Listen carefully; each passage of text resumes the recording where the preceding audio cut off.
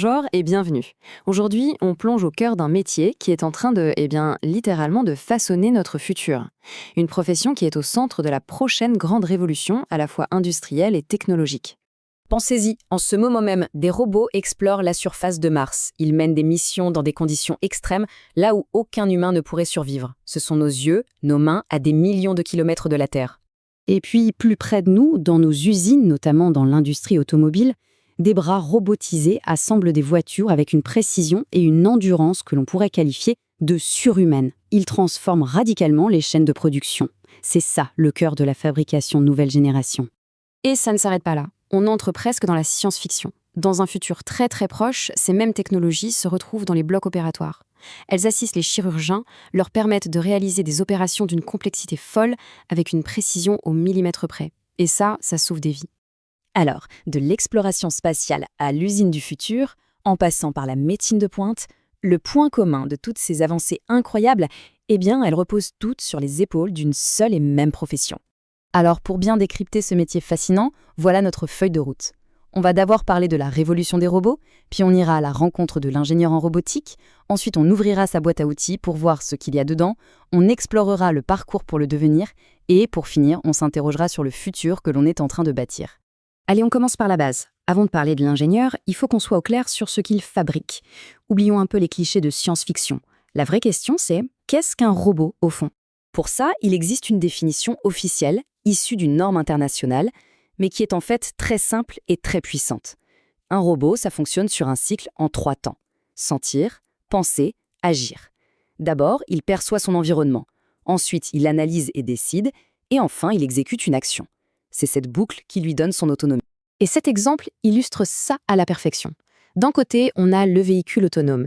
Il sent la route en permanence avec ses caméras, il pense pour adapter sa trajectoire et il agit en tournant le volant. De l'autre, la machine à café. Elle sent qu'on appuie sur un bouton, mais elle ne pense pas. Elle exécute une routine préenregistrée. L'un décide, l'autre obéit. Voilà toute la différence.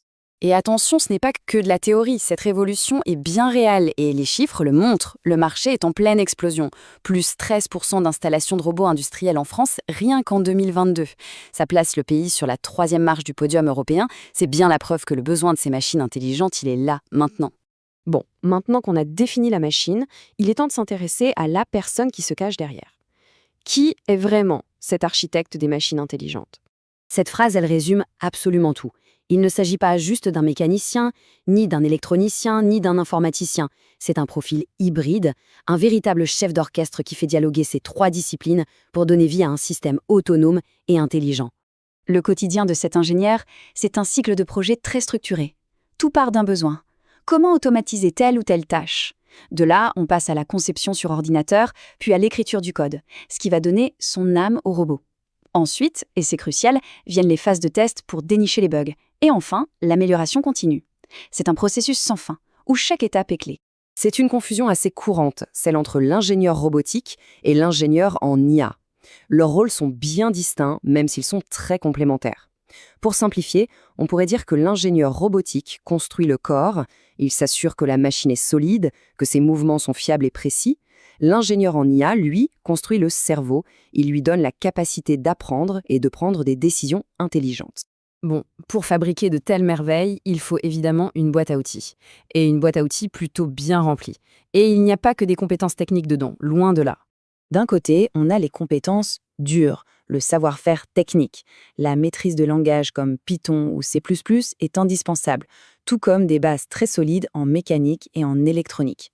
Et puis, il y a les logiciels de simulation, comme ROS par exemple, le Robot Operating System. C'est un peu le système d'exploitation de référence dans le monde de la robotique, une sorte de langage commun qui facilite énormément le développement. Mais voilà, la technique seule, ça ne suffit pas. Les compétences humaines sont tout aussi cruciales. La rigueur est non négociable. Un bug dans un programme peut avoir des conséquences physiques très concrètes. La curiosité est le moteur de l'innovation. Et comme les projets sont souvent énormes et complexes, la collaboration et une communication limpide sont vitales pour faire travailler ensemble des experts de plein de domaines différents. Ok, tout ça est passionnant, mais en pratique, comment devient-on l'architecte de ces machines du futur ? Quel est le parcours à suivre ? Alors, le chemin est assez exigeant. En général, un niveau Bac+5, que ce soit un diplôme d'ingénieur ou un master universitaire, c'est la norme. Il faut choisir une spécialisation pertinente, bien sûr, mais le plus important, c'est de mettre les mains dans le cambouis. L'expérience pratique acquise en stage ou sur des projets personnels, c'est ce qui fait vraiment la différence sur un CV. Et la question que l'on se pose, forcément, financièrement, comment ça se traduit? Eh bien, si on jette un œil à ce tableau, on voit que c'est un métier qui est bien valorisé. À Paris, un débutant démarre entre 38 et 42 000 euros bruts par an. Et surtout, on voit que la progression est rapide et significative avec l'expérience. Partout en France, même si la capitale reste en tête. Et le chiffre à retenir, c'est celui-ci. Plus de 85 000 euros par an pour un profil senior expert à Paris.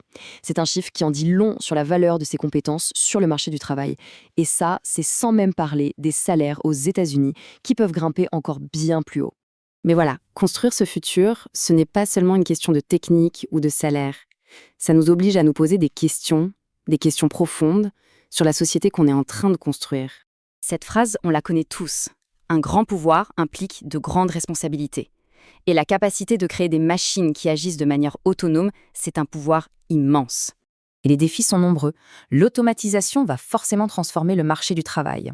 La sécurité des interactions entre humains et robots est un enjeu capital. Et puis, il y a la question de la responsabilité, c'est un vrai casse-tête. Si un robot autonome commet une erreur grave, qui est le coupable? L'ingénieur qui l'a programmé? L'entreprise qui l'utilise? Le robot lui-même? Et tout ça nous amène à la question finale, la question qui reste ouverte. En déléguant de plus en plus de tâches et de décisions à des machines, on doit se demander, collectivement, où l'on place les limites. Comment s'assurer que cette technologie incroyable serve vraiment le bien commun? La réponse, elle ne se trouve pas dans un algorithme, elle se trouve dans notre propre humanité.